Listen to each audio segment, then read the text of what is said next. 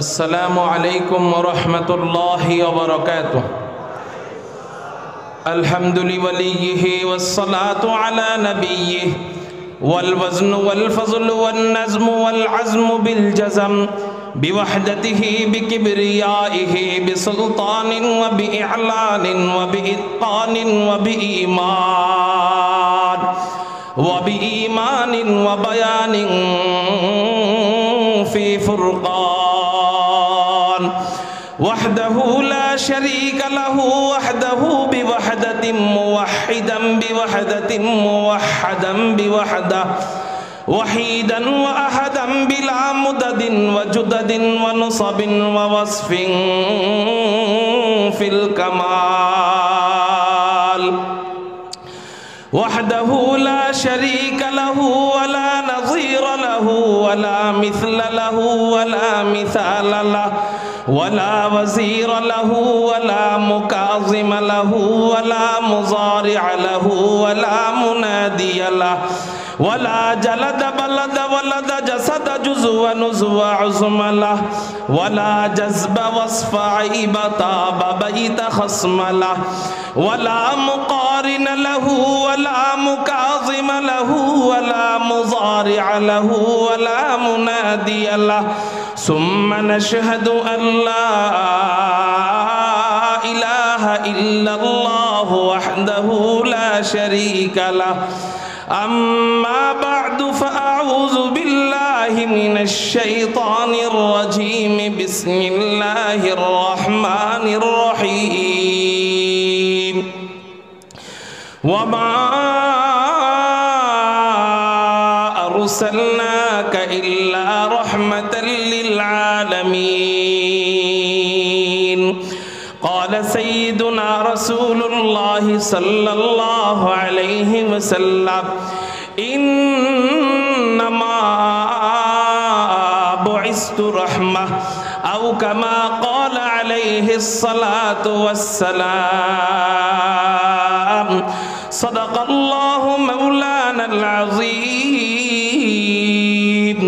وصدق رسوله النبي الأمي الكريم ونحن على ذلك لمن الشاهدين والشاكرين والذاكرين والحمد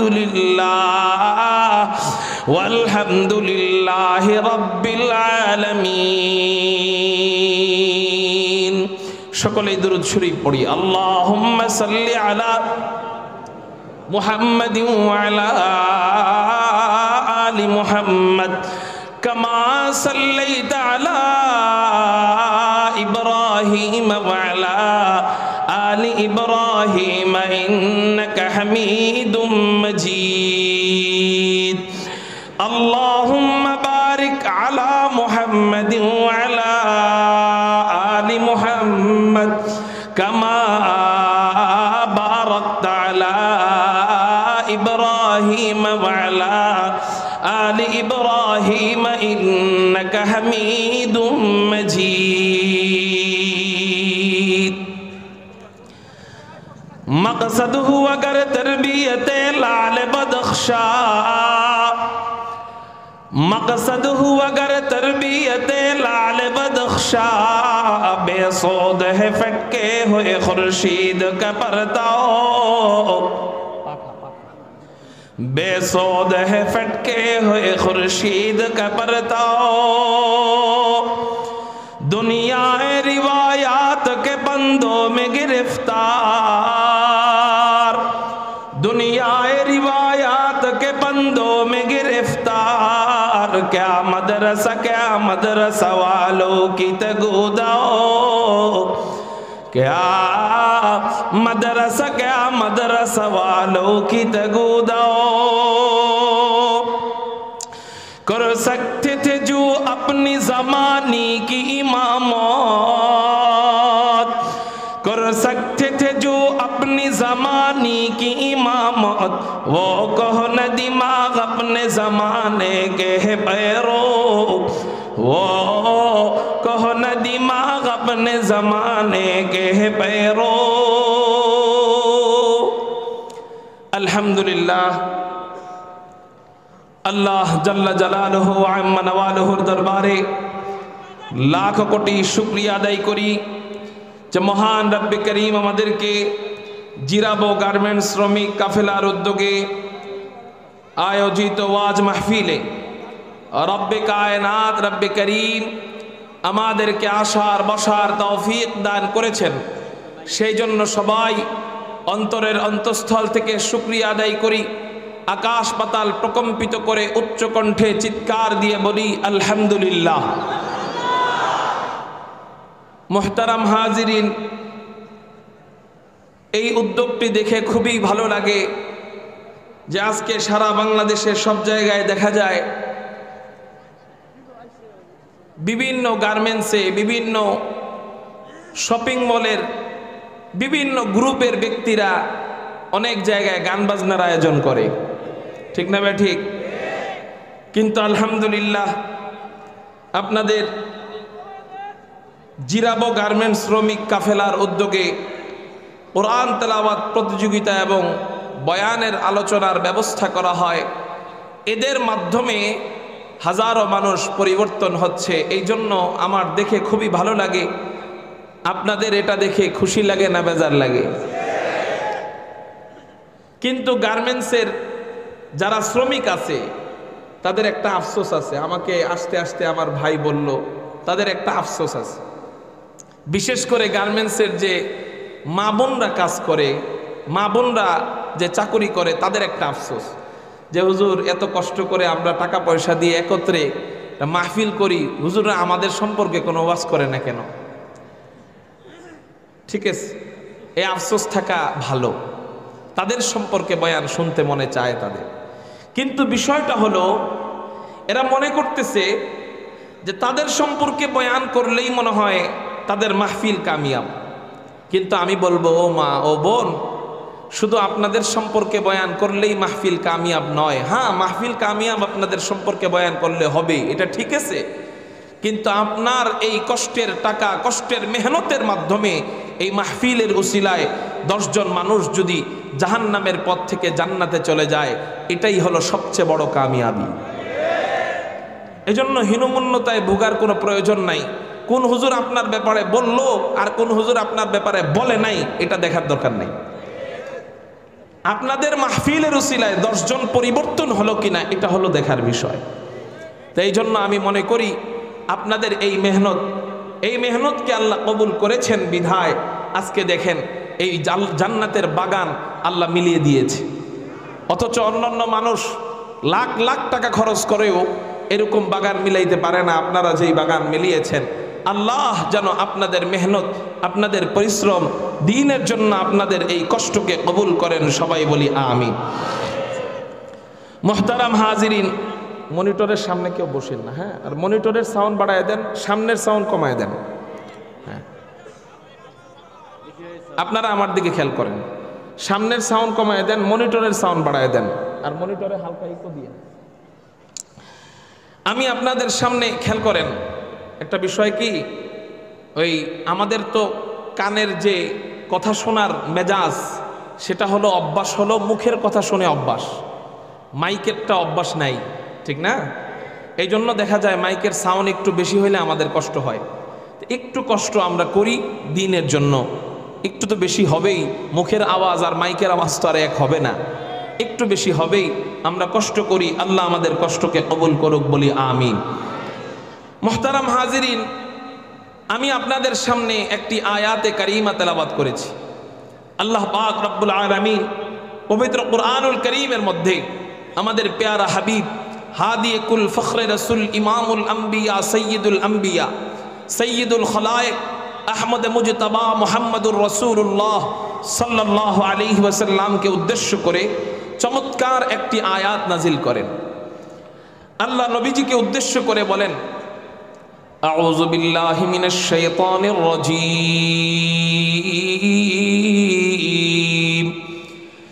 বিসমিল্লাহির রহমানির রহিম, ওয়া মা আরসালনাকা ইল্লা রাহমাতাল লিল আলামিন।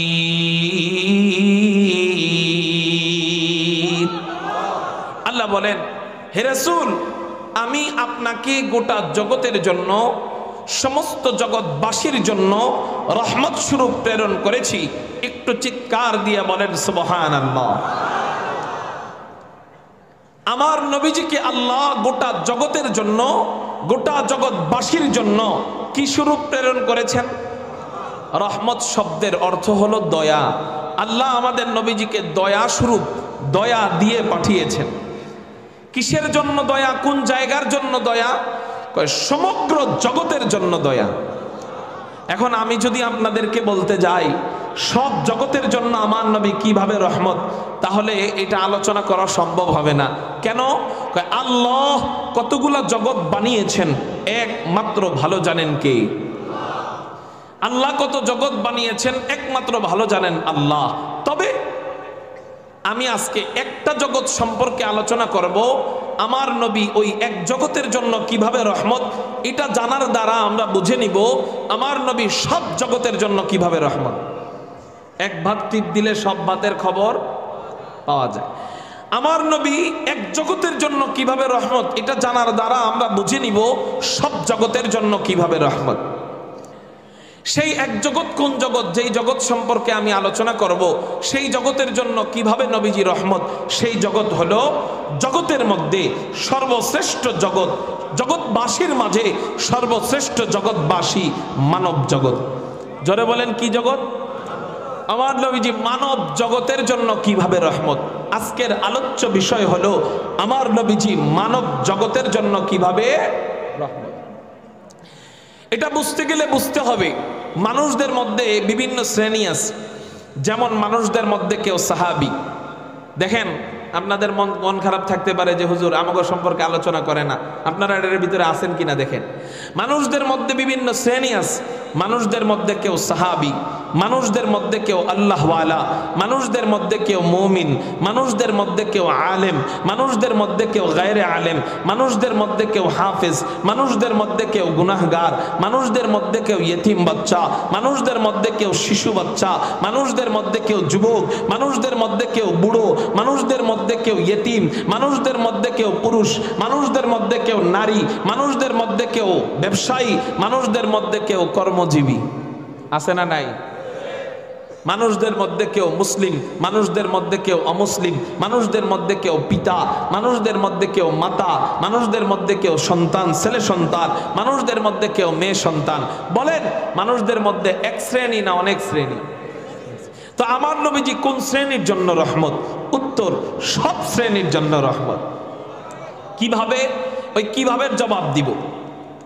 কিভাবে সব শ্রেণীর জন্য রহমত, এটা জানার দ্বারা আমরা বুঝে নিব কিভাবে সব জগতের জন্য রহমত। শ্রেণী সম্পর্কে আলোচনা করতে গেলে নবীদের পরে সবচেয়ে দামি শ্রেণী সামনে আনতে হয়। নবীদের পর সবচেয়ে দামি শ্রেণী কারা? জোরে বলেন, সাহাবায়ে কেরাম। সাহাবীদের মাঝে আবার সবচেয়ে দামি শ্রেণী হলো আল্লাহর রাসূলের চারজন খলিফা। এই চারজন কে? চলেন কবিতার মাধ্যমে চারজনের নাম এবং সংক্ষিপ্ত পরিচয় দেই। এই চারজন কে? কবি বলেন, দুনিয়ায়ে সখাওয়াত মে তেরা নাম রহেগা, দুনিয়ায়ে সখাওয়াত মে তেরা নাম রহেগা, সিদ্দিক তেরা নাম সে ইসলাম রহেগা। আপনাদের জবান আছে নাকি বলেন? জবান আছে। মিছিলে গেলে তো রাজনৈতিক সমাবেশে চিল্লেই ঠিকই, কিন্তু আল্লাহর নাম বলতে ভালো লাগে না কেন? আরে আল্লাহর নাম বলতে যে ভালোবাসে শুনতেও তার মজা লাগে। আল্লাহ আল্লাহ ক্যা মজা মুর্শিদ কে মায়খানা মে হে, আল্লাহ আল্লাহ ক্যা মজা মুর্শিদ কে মায়খানা মে হে, दोनों आलम की हकीकत एक पैमाना में है, दोनों आलम की हकीकत एक पैमाना में है। আমার যেন আর বলা লাগে না, শুধু ইশারা দিব, ইশারা ইশারা দেখতে দেরি হবে, আল্লাহর নামের স্লোগান চিৎকার দিয়ে বলতে দেরি করব না। এই সাউন্ড আপনাদের থেকে চাই, পাবো তো ইনশাআল্লাহ। নবীজি এই হলো চার খলিফার মধ্যে এক নাম্বার। সাহাবীদের পরিচয় দিতে যে, চার খলিফার পরিচয় দিতে যে কবি বলেন, দুনিয়া আয়ে সখাওয়াত মে তেরা নাম রহেগা, दुनिया सखावत में तेरा नाम रहेगा, तेरा नाम से इस्लाम रहेगा, सिद्दीक तेरा नाम से इस्लाम रहेगा, दुनियाए अदालत में तेरा नाम रहेगा,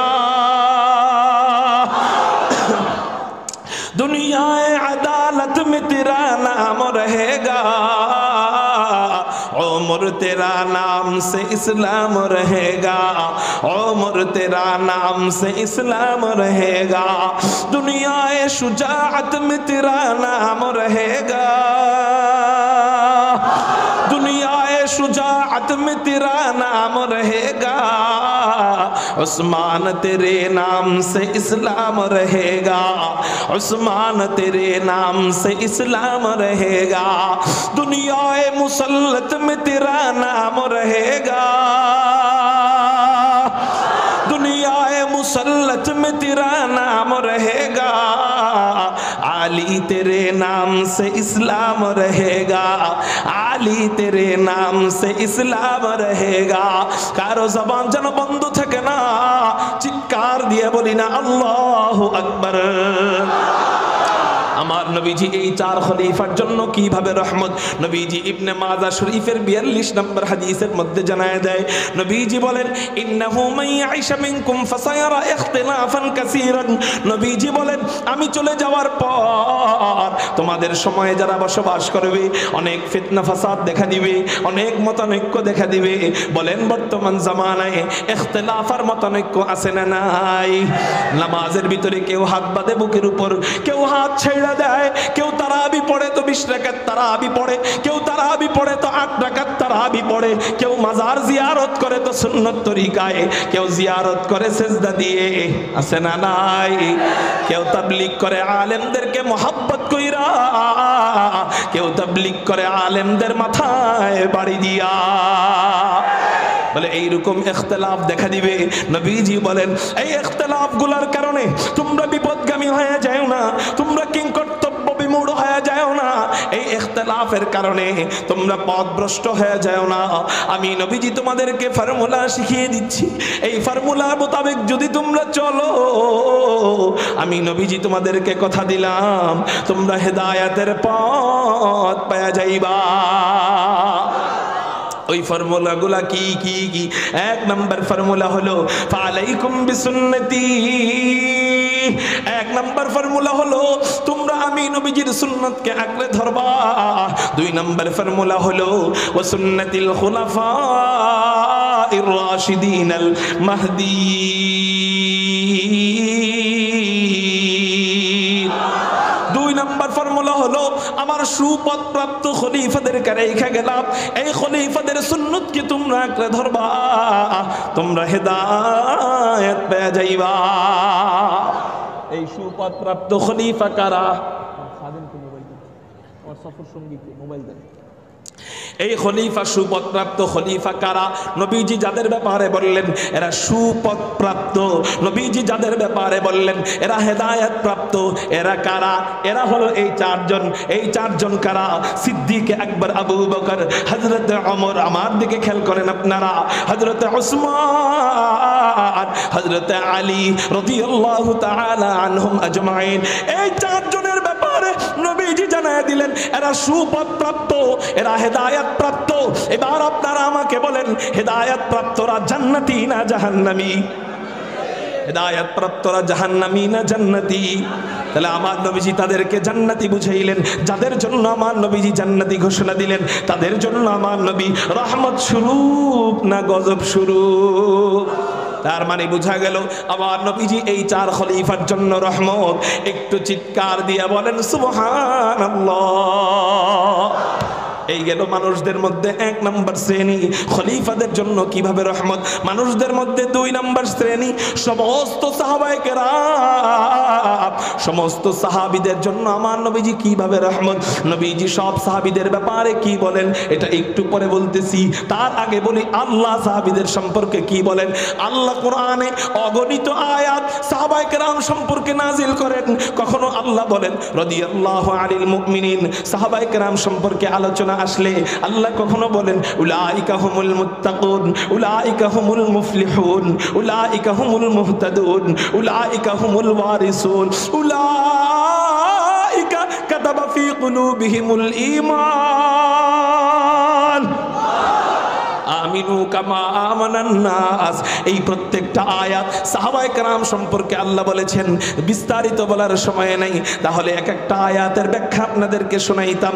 শেষে আমি যেই আয়াত বলবো, আল্লাহ সাহাবায়ে কেরাম সম্পর্কে বলতেছেন রাদিয়াল্লাহু আনহুম ওয়া রাদু আন, আমি আল্লাহ সাহাবীদের উপর সন্তুষ্ট, তারাও আমি আল্লাহর উপর সন্তুষ্ট।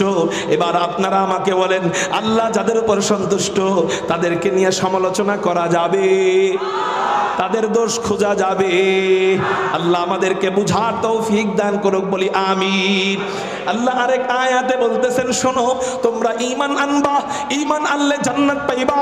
ইন্নাল্লাযীনা আমানু ওয়া আমিলুস সলিহাত কানাত লাহুম জান্নাতুল ফিরদাউসি নুজুলা। তোমরা ঈমান এবং নেক আমল এই দুই কাজ করার মাধ্যমে জান্নাতুল ফিরদাউস পাইবা।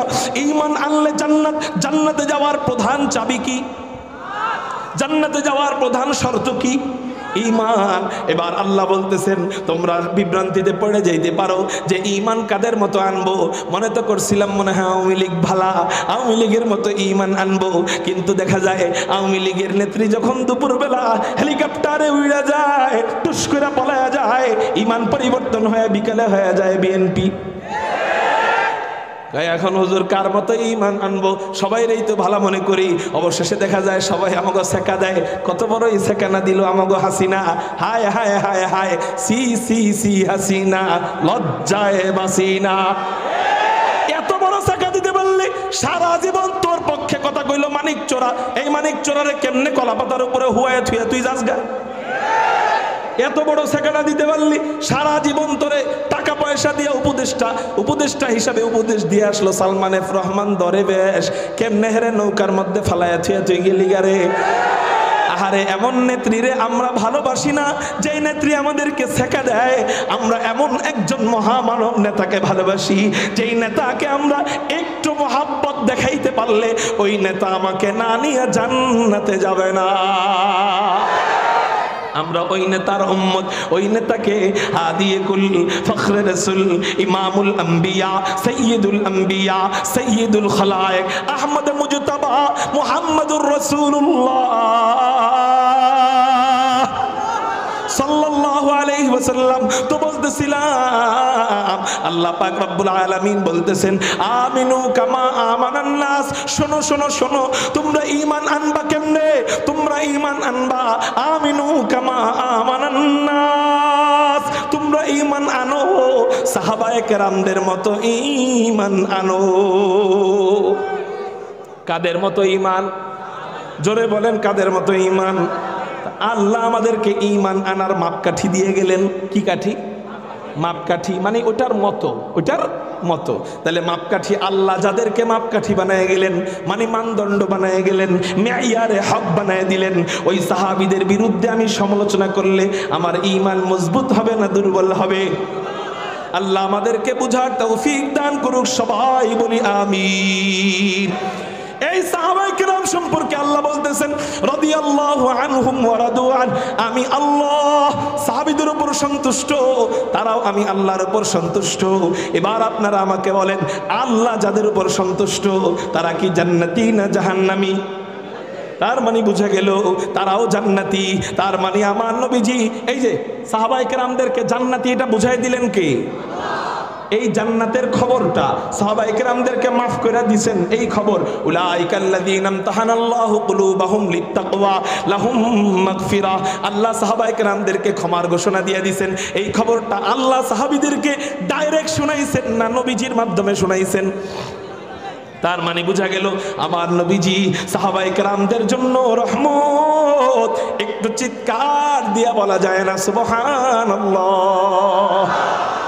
মানুষদের মধ্যে 2 নাম্বার শ্রেণী গেল, মানুষদের মধ্যে 3 নাম্বার শ্রেণী আল্লাহওয়ালা মুত্তাকি বান্দাগণ। এই সাহাবীদের পরের স্তরে কারা রয়েছে?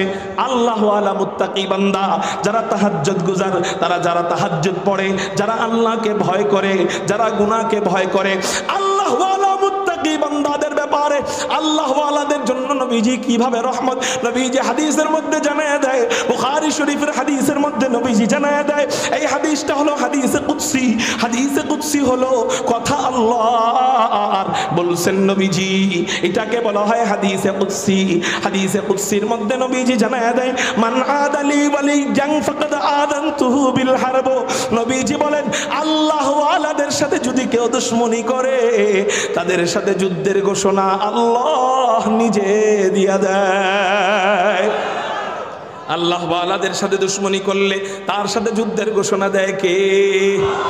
আপনারা দেখেন না, ইতিহাসের পাতা খোলেন, আল্লাহ ওয়ালাদের সাথে যারা ইতিপূর্বে দুশমনি করেছে তারা কেউ টিকতে পারে নাই, ইনশাআল্লাহ আগামীতেও টিকতে পারবে না। আল্লাহ তাদের সাথে যুদ্ধের ঘোষণা দেয়। বলে কেমনে যুদ্ধ করে? আল্লাহর যুদ্ধ যখন শুরু হয়ে যায়, ক্ষমতাধর বাদশাহ ফেরাউনকে আল্লাহ পানির মধ্যে চুবাইয়া মারে। আল্লাহর যুদ্ধ যখন শুরু হয়ে যায়, ক্ষমতাধর বাদশাহ নমরুদকে আল্লাহ ল্যাংড়া মশা দিয়ে আর জুতার বাড়ি দিয়া মারে। আল্লাহর যুদ্ধ যখন শুরু হয়ে যায়, আল্লাহ ক্ষমতাধর নেতা আবু জাহেলকে কেমনে মারে? হযরতে সিদ্দিককে একবার মারতে যায় কিন্তু মারতে পারেন না, হযরতে ওমর মারতে যায় কিন্তু মারতে পারেন না, হযরতে ওসমান মারতে যায় কিন্তু মারতে পারেন না, হযরতে আলী মারতে যায় কিন্তু মারতে পারেন না। আল্লাহর যুদ্ধের ইচ্ছা যখন আইসা যায়, আল্লাহ এত বড় আবু জাহেলের মতো নেতাকে মারার জন্য বড় কোন বীর মুজাহিদকে ব্যবহার করেন নাই। আল্লাহ দুইজন নাবালেগ শিশুর মাধ্যমে আবু জাহেলকে হত্যা কইরা জাহান্নামে পাঠায়া দিছে। আল্লাহর যুদ্ধগুলো এমনই হয়। আল্লাহর যুদ্ধ যখন শুরু হয় না, দেখেন না আপনারা, আল্লাহ ওয়ালাদের সাথে যুদ্ধ করার পরিণতি কি হয়? আমাদের বাংলাদেশের নব্য ফেরাউন স্বৈরাচার খুনি, নামটা কোন? নামটা কোন? কাদেরকে গ্রেফতার করছে? হিন্দুদের লিডারদেরকে কখনো গ্রেফতার করে নাই, সন্ত্রাসী ইসকনের লিডারদেরকে কখনো গ্রেফতার করে নাই, খ্রিস্টানের লিডারদেরকে কখনো গ্রেফতার করে নাই, ইহুদিদের লিডারদেরকে কখনো গ্রেফতার করে নাই। গ্রেফতার করছে কাদেরকে জানেন? আল্লাহ ওয়ালাদের লিডার আল্লামা শাইখুল হাদিস আজিজুল হক রহমাতুল্লাহি আলাইহিকে গ্রেফতার করছে। গ্রেফতার করছে কাকে? আল্লাহ ওয়ালাদের লিডার মুফতি ফজলুল হক আমিনী রহমাতুল্লাহি আলাইহিকে গ্রেফতার করেছে। গ্রেফতার করেছে কাদেরকে? আল্লাহ ওয়ালাদের লিডার কায়েদে মিল্লাত আল্লামা জুনায়েদ বাবনগরী রহমাতুল্লাহি আলাইহিকে গ্রেফতার করেছে। আল্লাহ ওয়ালাদের লিডারদেরকে গ্রেফতার করেছে। হ্যাঁ, মাসআলাগতভাবে ইখতিলাফ থাকতে পারে, কিন্তু আমরা ছিলাম সকলেই কোরআনের সৈনিক। কোরআনের সৈনিকদের এক জ্বলন্ত ব্যক্তি ছিল আল্লামা দেলাওয়ার হোসেন সাইদি সাহেব। ওনার মতো ব্যক্তিকে গ্রেফতার করে রিমান্ডের মায়ের দিনের পর দিন দেওয়া হয়েছে। এইরকম আল্লাহ ওয়ালাদেরকে, এইরকম আল্লাহ ওয়ালা বুজুর্গদেরকে জেলের মধ্যে নিয়ে যখন পিটায়, অন্য অন্য দলরা কথা বলার সাহস পায় না। রাগ করবেন না, বিএনপিদের জবান চুপ করে দিছিল কেন? কয় কথা বলবি তো গ্রেফতার করব। জাতীয় পার্টির জবান বন্ধ করে দিছিল কেন? কয় আলেমদের পক্ষে কথা বলবি তো গ্রেফতার করব। রাগ করবেন না, অবশেষে জামাতের জবানও বন্ধ করে দিছিল। ওরা নিজেরা বন্ধ করে নাই, ওদের পক্ষ থেকে চাপ প্রয়োগ করে বন্ধ করানো হয়েছিল। কেন? কয় আলেমদের পক্ষে কথা বলবি তো জেলের মধ্যে ঢুকানো হবে। কেউ যখন আর আলেমদের পক্ষে কথা বলার দুঃসাহস পায় না, আলেমদেরকে জেলের মধ্যে ঢুকায়া শাইখুল হাদিস ইবনে শাইখুল হাদিস আল্লামা মামুনুল হক সাহেবের মতো বীর মুজাহিদদেরকে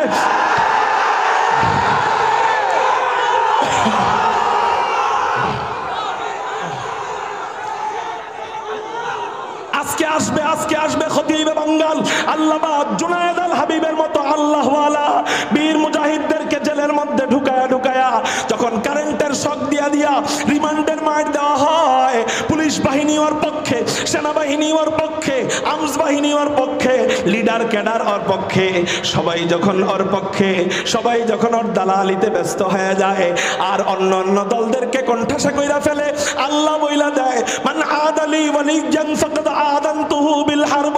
আমার ওলিদের সাথে দুশমনি করলে সবাইকে কণ্ঠাসা করতে পারলেও আমি আল্লাহকে কণ্ঠাসা করতে পারস নাই। আমি আল্লাহর যুদ্ধ যখন শুরু হয়ে যায়, আল্লাহর যুদ্ধ যখন শুরু হয়ে যায়, আল্লাহ পাক রব্বুল আলামিন কোন গোলাবারুদের ব্যবহার করেন না, কোন সেনাবাহিনীর ব্যবহার করেন না, কোন পুলিশকে ব্যবহার করেন না, কোন রাজনৈতিক দলকে ব্যবহার করেন না, কোন বড় সংগঠনের লিডারকে ব্যবহার করেন না, স্কুলের নাবালেগ ছোট শিশু বাচ্চাদের মাধ্যমে এমন এক গণঅভ্যুত্থান উঠে দেয়, এক গণঅভ্যুত্থানে এক স্বৈরাচারকে জুতা পিটা দিয়া দিয়া কুকুর আর শিয়ালের মতো দেশ ছাড়া করে।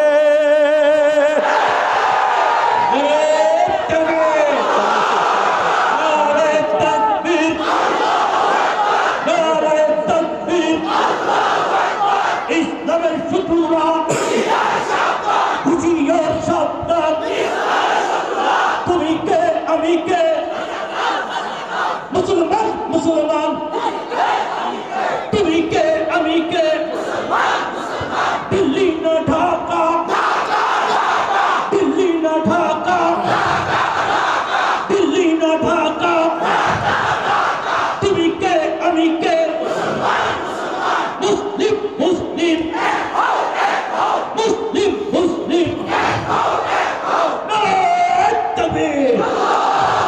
ও মুসলমান, তাকবীর কি শুধু এই ময়দানে সীমাবদ্ধ থাকবে না দিলে ধারণ করতে হবে? কারণ মুসলমানের এখন আর ঘরে বসে থাকার টাইম নেই। কেন টাইম নেই? সিরিয়া বিজয় হয়ে গেছে, তার মানে আমাদের এখন অস্ত্রে ধার দেওয়ার সময় এসে গিয়েছে। কেন হুজুর? সিরিয়া বিজয় হইলে তো নাকে তেল দিয়ে এখন ঘুমানোর টাইম। কেন? সিরিয়া বিজয় হয়েছে, এখন আমরা একটু শান্তিতে বিজয় দিবস উদযাপন করব, আমরা একটু শান্তিতে বসবাস করব। সিরিয়া বিজয় হয়েছে আলহামদুলিল্লাহ বইলা বইলা শুধু খানকায় পড়ে থাকবো, বলে না, ভুলের মধ্যে আছেন। কেন? সিরিয়া বিজয় হওয়া এটা কিয়ামতের আলামতের পূর্বাভাস। কেন? কিয়ামতের আগে দাজ্জাল আসবে, ইয়াজুজ মাজুজ বাহিনী আসবে, এই দাজ্জালের বিরুদ্ধে যুদ্ধ করবে হযরতে ঈসা আলাইহিস সালাতু ওয়াস সালাম। খেয়াল করেন, ঈসা আলাইহিস সালাতু ওয়াস সালাম হযরতে ইমাম মাহদী নামাজ পড়ানোর আগ মুহূর্তে, ইমামতি করার আগ মুহূর্তে আল্লাহ পাক রব্বুল আলামিন আসমান থেকে উমাইয়া নামক একটা মসজিদে সিঁড়ি ফেলবেন, ফেরেশতাদের কাঁধে বর দিয়া হযরতে ঈসা আলাইহিস সালাতু ওয়াস সালাম ওই মসজিদে আগমন করবেন। ওই না মসজিদের নামাজের ইমামতি করবেন হযরতে ইমাম মাহদী। যেই মসজিদে আগমন করবেন সেই মসজিদটা কোথায় তা একটু পরে বলতেছি। তার আগে আপনাদেরকে বলি, বর যখন বিয়ে করার জন্য পাত্রীর বাড়িতে যায় তখন ওই ঘরের লোকজন পাত্রীর বাসা পরিষ্কার করে। কি করে? পরিষ্কার করে। কেন? কয় বর আসতেছে, বর যাত্রী আসতেছে, এই জন্য এই জায়গায় কোনো ভেজাল আর যেন থাকে না, সব জায়গা পরিষ্কার কইরা বরদের আসার জন্য রাস্তাকে ক্লিয়ার রাখে। হযরতে ঈসা আলাইহিস সালাতু ওয়াস সালাম হলেন বরের ভূমিকা, নেতার ভূমিকায় আসতেছে। আসবে কোথায়? কয় অমন একটা জায়গায় আসবে যেই জায়গা আল্লাহ পাত্রীর বাড়ির মতো করে পরিষ্কার করে দিচ্ছেন। সেই জায়গাটা হলো উমাইয়া মসজিদের এরিয়া। এই উমাইয়া মসজিদটা হলো সিরিয়াতে, সিরিয়ার ভিতরে উমাইয়া মসজিদে হযরতে ঈসা আলাইহিস সালাতু ওয়াস সালামের আগমন হবে। তাহলে ওই জায়গাটা হঠাৎ করে আল্লাহ পরিষ্কার করে দিলেন কেন? কেন? কারণ কি? যে সময় মানুষ সবাই ইসকন ইসকন বলে চিৎকার করে, যখন মানুষ দিল্লির বিরুদ্ধে চিৎকার করে, যখন মানুষ গাজার পক্ষে কাঁদে, যখন মানুষ ফিলিস্তিনের পক্ষে কাঁদে, যখন মানুষ ইসরায়েলের পক্ষে কাঁদে, যখন মুসলমানদেরকে নির্বিচারে মারা হয়, ঠিক যখন কেউ সিরিয়ার কথা বলে না, এমন মুহূর্তে আল্লাহ টুস করে সিরিয়ার বিজয় দান করলেন। কেন? ওই যে আল্লাহ পরিষ্কার করতেছে যাতে করে হযরত ঈসা আলাইহিস সালাতু ওয়াস সালামের আসার রাস্তা সহজ হয়ে যায়। কারণ ইহুদিদের মূল টার্গেট ছিল ওই মসজিদ। সিরিয়া বিজয়ের কয়েকটা টার্গেটের ভিতরে ওরা সিরিয়া দখল করতে চেয়েছিল, এর মধ্যে কয়েকটা টার্গেটের ভিতরে একটা টার্গেট ছিল ওই মসজিদ। কেন ওই মসজিদ ছিল? ওই মসজিদে হযরত ঈসা আলাইহিস সালাতু ওয়াস সালাম যখন আসবে তখন ওদের নেতাদেরকে তো হযরত ঈসা আলাইহিস সালাম মারবে। ওদের নেতা কারা? ইহুদিদের নেতা। হাদিসের মধ্যে আসছে ইহুদিরা দাজ্জালকে ওদের নেতা মনে করে। আর দাজ্জালের সাথে ৭০,০০০ সৈন্যবাহিনী দাজ্জালের সাথে কুফরির বাক্য ছড়ায় বেড়াবে। দাজ্জালের সাথে প্রহরী হিসাবে ৭০,০০০ সৈন্যবাহিনী থাকবে। হাদিসের মধ্যে আসছে ওই ৭০,০০০ সৈন্যবাহিনী হলো ইহুদিরা। এই জন্য ইহুদিরা সিরিয়াকে দখল করতে চেয়েছে। সিরিয়াকে দখল করতে চেয়েছে কেন? কয় দাজ্জালকে যে মারবে সে যেই মসজিদে আসবে সেই মসজিদ যেন আমরা গুড়িয়ে দিতে পারি। ওই মসজিদ গুড়িয়ে দিলে কি হবে? আল্লাহর নবীজির যে ভবিষ্যৎবাণী হাদিস, ওই হাদিস আমরা মিথ্যা প্রমাণ করতে পারবো। এই জন্য সিরিয়ার মসজিদগুলাকে ওরা গুড়িয়ে দিতে চেয়েছে। কিন্তু আল্লাহর সিস্টেম ভিন্ন। আল্লাহর চাওয়া আলাদা, আল্লাহর সিস্টেম ভিন্ন। আল্লাহ পাক রব্বুল আলামিন যেই মুহূর্তে ওরা ওই মসজিদ গুড়িয়ে দেওয়ার প্ল্যান করেছিল, যেই মসজিদে ওদের শত্রু হযরতে ঈসা আসবে, ঠিক এই মুহূর্তে আল্লাহ সিরিয়াকে বিজয় দান করলেন। কেন? তার মানে হযরতে ইমাম মাহদি এবং হযরতে ঈসা আলাইহিস সালাতু ওয়াস সালামের আসার সময় আর বেশি নাই। অতএব মুসলমান আর ঘরে বসে থাকলে চলবে না। সুলতান মাহমুদ গজনবীর ভূমিকা পালন করতে হবে, মুহাম্মদ বিন কাসিমের ভূমিকা পালন করতে হবে। আল্লাহ পাকের জাত ও ইজ্জতের কসম করে বলি, আজকে যদি মুসলমান সুলতান মাহমুদ গজনবীর ভূমিকা পালন করে, মুহাম্মদ বিন কাসিমের ভূমিকা পালন করে, এক আমেরিকা নয়, এক ইসরায়েল নয়, এক ইসকন নয়, লক্ষ কোটি ইসকন মুসলমানদের দিক চোখ তুলে তাকানোর ক্ষমতা রাখবে না।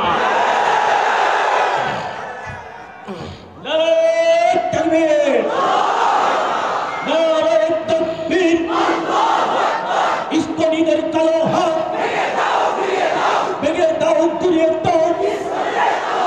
নারায়ে তাকবীর, ইসলামের শত্রুরা হুঁশিয়ার সাবধান। নারায়ে তাকবীর। মুহতারাম হাজিরিন, তাহলে এখন কি করতে হবে? এখন কি করতে হবে? শুধু তাকবীরে চলবে না। তাকবীর যদি শুধু থাকে, ভিতরে যদি অস্ত্র না থাকে, আমি শেষ হয়ে যাব। আর অস্ত্র যদি ভিতরে থাকে, আমার তাকবীরে বাতিল থরথর করে কাঁপবে। কিন্তু সিস্টেম বদলে গিয়েছে। আগে সাহাবায়ে কেরাম একজন তাকবীর দিত, ওরা থরথর করে কাঁপতো। আর আমরা তাকবীর দিয়ে অগোচর দেখলে আমরা ডরে বসে যাই। ঠিক না ভাই? ঠিক। কেন? আমাদের অস্ত্র দুর্বল। সেই অস্ত্র কোন অস্ত্র? সেই অস্ত্র হলো ওয়ালা তাহিনু ওয়ালা তাহজানু ওয়া আনতুমুল আ'লাউনা ইন কুনতুম মুমিনিন। সেই অস্ত্র হলো ঈমানের অস্ত্র। আমাদের ঈমান নামক অস্ত্রকে ধার দিতে হবে। মুসলমানদের প্রধান অস্ত্র হলো ঈমান। এই অস্ত্র যদি ধার না থাকে, আমাদের ঈমান ওই যে আমি সকালে মুসল্লি, বিকেলবেলা আমি কিরে কই যাও? হুজুরকে বিরুদ্ধে মিছিলে যাই। মিছিলে গেলে কি দিব? একটা করে 7 আপ দিব, বাস ঈমান বিক্রি করে হুজুরকে বিরুদ্ধে মিছিলে চলে যাই। আমার ঈমানের অবস্থায়। তাহলে ঈমানকে যদি আমি, অস্ত্রকে যদি ধার দিতে চাই, আমার ধার করার বস্তুর দরকার। ধার করার কি দরকার? অস্ত্রকে ধার করার বস্তু আছে না? বটিকে ধার করার বস্তু আছে না? অস্ত্রকে ধার করার বস্তু কি? অস্ত্রকে ধার করার বস্তু হলো নেক আমল। এজন্যই আপনি খেয়াল করেন, কোরআনের যেই জায়গায় আল্লাহ ঈমানের কথা বলছে, ওখানে আমলের কথা আনছে। আল্লাযীনা আমানু ওয়া আমিলুস সালিহাত। আমানু ওয়া আমিলুস সালিহাত। ইন্নাল্লাযীনা আমানু ওয়া আমিলুস সালিহাত। আমানু ওয়া আমিলুস সালিহাত। ঈমান আমল। মান আমিলা সালিহাম মিন যাকারিন আও উনসা ওয়া হুয়া মুমিন। মুমিন, ঈমান এবং আমল। তার মানে বোঝা গেল, দাজ্জাল আসার আগে ওই ব্যক্তিরা মুনাফিক হয়ে যাবে, কাফের হয়ে যাবে, মুরতাদ হয়ে যাবে, যারা বলে হুজুর নামাজ পড়ি না তো কি হয়েছে, ঈমান ঠিক আছে। কারণ তার অস্ত্র আছে কিন্তু অস্ত্রে ধার নাই। কারণ তার আমল ঠিক নাই। হুজুর দাড়ি রাখি না তো কি হয়েছে, আমার ঈমান ঠিক আছে। আমরাও বলবো ঈমান ঠিক আছে, বোথা অস্ত্রের মতো। কিসের অস্ত্রের মতো? ওই ঈমান দিয়ে আপনি যুদ্ধ চালাতে পারবেন না। এই জন্য আমাদের এখন সবচেয়ে বড় অস্ত্র হলো আমাদের গুনাহমুক্ত জিন্দেগি করতে হবে। গুনাহমুক্ত জিন্দেগি করতে হবে। গুনাহ হয়ে গেলে সাথে সাথে আস্তাগফিরুল্লাহ, আল্লাহ মাফ করে দাও, আর করব না, ইস্তিগফারের আমল চালু করতে হবে। পারবো না ইনশাআল্লাহ? আল্লাহ তৌফিক দান করুক বলি আমি। তো বলতেছিলাম 3 নাম্বার, আল্লাহ ওয়ালাদের জন্য নবীজি কিভাবে রহমত, নবীজি জানায় দেয় মান আদালি ওয়ালিয়ান ফাকাদ আযানতুহু বিল হারব। আল্লাহ ওয়ালাদের সাথে যদি কেউ দুশমনি করে তাদের সাথে যুদ্ধের ঘোষণা আল্লাহ পাক রব্বুল আলামিন নিজে দিয়ে দেয়। এত দরকার আছে নি? আল্লাহ ওয়ালাদের সাথে দুশমনি করলে তার সাথে যুদ্ধের ঘোষণা কে দেয়? আল্লাহ পাক রব্বুল আলামিন দেয়। আচ্ছা হুজুর, আল্লাহ ওয়ালাকে বাহির থেকে দেখে বুঝবো কিভাবে? শোনেন শোনেন শোনেন, অনেক সময় আল্লাহ ওয়ালা বাহির থেকে দেখে বোঝা যায় না। দেখতে মনে হয় রিক্সা চালায়, কিন্তু আল্লাহ ওয়ালা দেখতে মনে হয় ঝালমুড়ি বিক্রি করে, কিন্তু আল্লাহ ওয়ালা। এই জন্য সবচেয়ে বড় সতর্কতা অবলম্বন করা উচিত। সবচেয়ে বড় সচেতন মুসলমান হলো সে যে নাকি তার মুখ এবং হাত থেকে অন্য ভাইকে নিরাপদ রাখে, অর্থাৎ তার হাত এবং মুখ থেকে অন্য একজন ভাই নিরাপদ, অর্থাৎ সে কোনো ব্যক্তিকেই কখনো কষ্ট দেয় না। বলেন ইনশাআল্লাহ আমরা আল্লাহ ওয়ালা কেউ কষ্ট দিব না? বলেন সাধারণ মুসলমান কেউ কষ্ট দিব? কারণ একজন সাধারণ মুসলমানকেও আল্লাহ ওয়ালার চেয়ে উঁচু মাকাম এক সময় দিয়ে দিতে পারে। কেমনে? আপনাদেরকে একটা ছোট্ট ঘটনা শোনাই। হযরতে আব্দুল্লাহ ইবনে মুবারক রাহমাতুল্লাহি আলাইহি জামানার শ্রেষ্ঠ মুহাদ্দিস ছিলেন। হযরতে আব্দুল্লাহ ইবনে মুবারক রাহমাতুল্লাহি আলাইহি উনি যখন জীবদ্দশায়, উনি যখন জীবিত ছিলেন, তৎকালীন জামানায় উনার চেয়ে বড় মুহাদ্দিস খুঁজে পাওয়া মুশকিল ছিল। হযরতে আব্দুল্লাহ ইবনে মুবারক রাহমাতুল্লাহি আলাইহি যখন মারা গেলেন, মারা যাওয়ার পর ওনার একজন শাগরেদ স্বপ্নে দেখে আব্দুল্লাহ ইবনে মুবারক রাহমাতুল্লাহি আলাইহিকে শাগরেদ স্বপ্নে জিজ্ঞাসা করলেন, হযরত আল্লাহ আপনার সাথে কি আচরণ করেছে? আল্লাহ কি আপনাকে জাহান্নাম দিয়েছে না জান্নাত দিয়েছে? হযরত আব্দুল্লাহ ইবনে মুবারককে কৌতূহল নিয়ে, আকর্ষণ নিয়ে প্রশ্ন করে, হযরত আপনি জামানার শ্রেষ্ঠ বুজুর্গ, আপনি জামানার শ্রেষ্ঠ বলি, আপনি জামানার সবচেয়ে যুগশ্রেষ্ঠ মুহাদ্দিস। এখন তো ঘরে ঘরে মুহাদ্দিস, আলহামদুলিল্লাহ। কিন্তু এদেরকে যদি বলি হযরত 5টা হাদিস সনদ সহকারে শোনান, আমতা আমতা করবে। 5টা হাদিস সনদ সহকারে মুহাদ্দিস খুঁজে পাওয়া কঠিন, ঠিক না বেঠিক? কিন্তু আব্দুল্লাহ ইবনে মুবারক রাহমাতুল্লাহি আলাইহি এরা কেমন ছিলেন? কেমন ছিলেন? ওই জামানার এক একজন ইমাম বুখারী রাহমাতুল্লাহি আলাইহি 6 লক্ষ হাদিসের হাফেজ ছিলেন। কয় লক্ষ? 6 লক্ষ হাদিসের হাফেজ ছিলেন। এইরকমই একজন ইমাম ছিলেন হযরত আব্দুল্লাহ ইবনে মুবারক রাহমাতুল্লাহি আলাইহি। আব্দুল্লাহ ইবনে মুবারক রাহমাতুল্লাহি আলাইহিকে স্বপ্নের ভিতরে ওনার শাগরেদ জিজ্ঞাসা করলেন, হযরত আল্লাহ আপনার সাথে কেমন আচরণ করেছে? আপনাদের প্রশ্ন জাগতে পারে, হুজুর স্বপ্নের কথা কি আবার সত্য নাকি? আচ্ছা, উত্তর আমি হাদিস থেকেই দিয়ে দিই, আমি নিজের থেকে পণ্ডিতি করে উত্তর দিব না। নবীজি বুখারী শরীফের হাদিসের মধ্যে জানায় যায়, আসতাকুহুম রুইয়া আসতাকুহুম হাদিসা, যাদের কথা সত্য তাদের স্বপ্ন সত্য। রাগ করবেন না, বাস্তব কথা হলো যাদের কথা মিথ্যা এদের স্বপ্ন মিথ্যা। ওবায়দুল কাদের এদের কথা ছিল মিথ্যা। এরা বাংলাদেশ নিয়ে যেই স্বপ্ন দেখেছিল যে ইসলাম মুক্ত বাংলাদেশ গড়বে, এদের কথাও মিথ্যা, এদের স্বপ্নও মিথ্যা। যাদের কথা সত্য এদের স্বপ্ন সত্য। আমরা পাই কিতাবের মধ্যে আব্দুল্লাহ ইবনে মুবারক রাহমাতুল্লাহি আলাইহিকে যিনি স্বপ্ন দেখেছেন তার ওই ব্যক্তিটা সত্যবাদী ছিলেন, তার কথাও তাহলে সত্য, তার স্বপ্নও তাহলে সত্য। উনি স্বপ্ন দেখছেন, আব্দুল্লাহ ইবনে মুবারককে জিজ্ঞাসা করতেছে, হযরত আল্লাহ আপনার সাথে কেমন আচরণ করেছেন? হযরত আব্দুল্লাহ ইবনে মুবারক বলেন, আল্লাহ আমার সাথে অনেক ভালো আচরণ করেছেন। আমি যেটা কল্পনা করি নাই এর চেয়ে বড় জান্নাত, এর চেয়ে দামি জান্নাত, এর চেয়ে অকল্পনীয় জান্নাত আল্লাহ আমাকে দান করেছেন। কিন্তু শোনো, আল্লাহ আমার বাড়ির সামনে একটা কামারের বাড়ি ছিল, ওই কামারও মারা গেছে।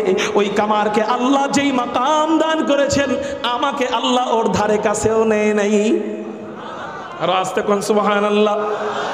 একজন কামারকে আল্লাহ যেই মাকাম দান করেছেন, এই কামারের ধারে কাছেও আমি জামানার শ্রেষ্ঠ মুহাদ্দিস হইতে পারি, আমি জামানার শ্রেষ্ঠ বলি হইতে পারি, কিন্তু আল্লাহ ওই কামারকে যে অবস্থানে নিয়েছেন এর ধারে কাছেও আমি যাইতে পারি নাই। এমনকি কামার যেই জান্নাতে থাকে ওই জান্নাতের ঘ্রাণও আমি পাই না।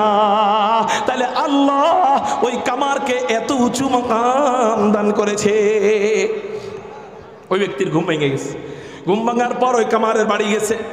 আব্দুল্লাহ ইবনে মুবারক রাহমাতুল্লাহি আলাইহির কামরার দরজা, ওই দরজা বরাবর তার বাড়ি। ওখানে বৈশা বৈশা উনি লোহা পিটাইতেন।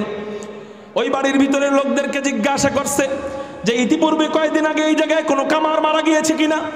হ্যাঁ মারা গিয়েছে। কামার চিনেন তো আপনারা? লোহা পিটায় এই শ্রমিকরা, শ্রমিক ভাইরা। হুজুর আমগো লেগে কোনো ওয়াজ করে না, দেখেন এটা আপনাদের ওয়াজ। কামার লোহা পিটায়, শ্রমিক ছিল, শ্রমিক পরিশ্রম কইরা দিন আনে দিন খায়।